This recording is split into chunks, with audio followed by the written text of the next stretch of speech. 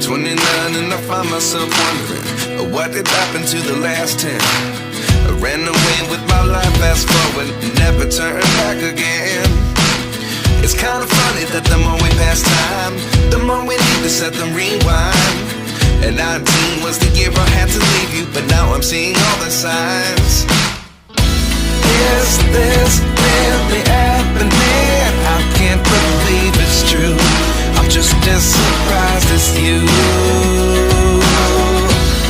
Is this really happening? I can't be too sure, but one day I'll be yours again.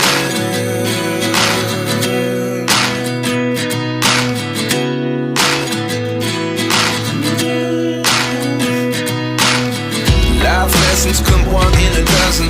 The other 11 get something from nothing. I sit here looking for an answer. Maybe the biggest question was in the last chapter.